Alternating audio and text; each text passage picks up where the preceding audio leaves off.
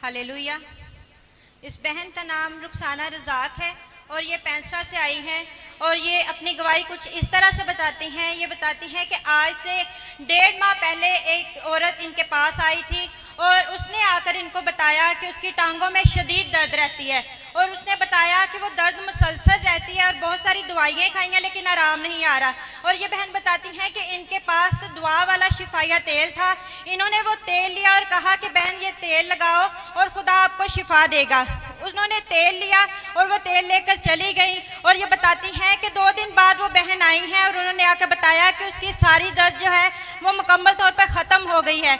लेकिन ये बताती हैं कि जैसे ही मैंने उसको तेल दे दिया वो दर्द जो है टांगों की मेरी टांगों में होना शुरू हो गई। ये बताती कि पहले मैं बिल्कुल ठीक थी लेकिन जैसे ही तेल दिया उसके बाद इनकी टांगों में लगातार दर्द होना शुरू हो गई। ये बताती इन्होंने बहुत सारी दवाइयाँ खाई लेकिन आराम नहीं आ रहा था और डॉक्टर ने कहा कि आप टेस्ट करवाएं। टेस्ट भी करवाया लेकिन कोई समझ नहीं डॉक्टरों को आ रही थी। वो पेन किलर देते थे, ये खाती थी, वक्त ही आराम आता था लेकिन फिर वैसे ही दर्द शुरू हो जाता था।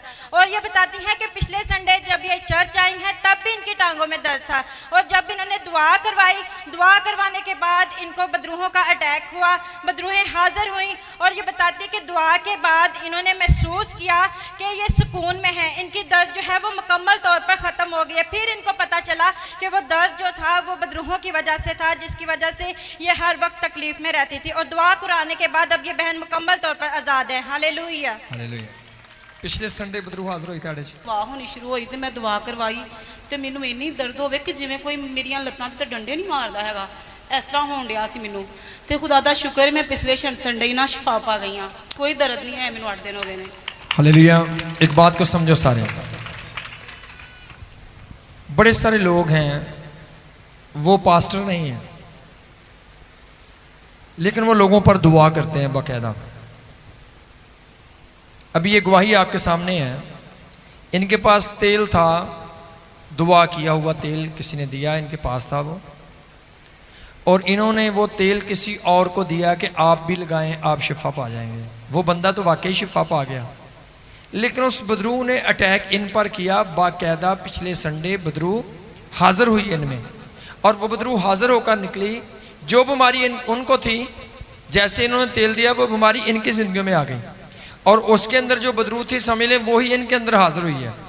तो आप जितने भी लोग हो, आप सब लोग, कोई भी आपको मसला बताता है तो आप कोशिश करो कि उन लोगों को मैसेज दो कि आप चर्च में आएँ और चर्च में आकर दुआ करवाएं खुदा के खादमों से। लेकिन अगर आप खुद कुछ करते हैं तो आप पर, क्योंकि बड़े सारे लोग इतने मजबूत रूहानी तौर पर नहीं होते, खुद इतने मजबूत नहीं होते कि वो शैतान का मुकाबला कर सकें। एक नहीं, हमारे पास बहुत सारे ऐसे केस आए हैं जिन्होंने किसी पर दुआ की या किसी के लिए दुआ की या कुछ ऐसा किया तो उन बदरुओं ने उन पर अटैक किया। सो अजीज़ों, कोई भी ऐसा मिलता है तो आप कोशिश करें खुद उनका हल ना करें, उनको मैसेज दें कि आप शिफाया इबादत में आएँ, वो कोई भी है उनको इबादतों में लेकर आएँ। यहाँ पर खुदा का मस्सा, खुदा की हुज़ूरी है। जब मस्सा शुदा लोग दुआ करते हैं तो खुदा हील करता है और आप भी सेफ रहते हैं। सो खुदा आप सबको बरकत दे।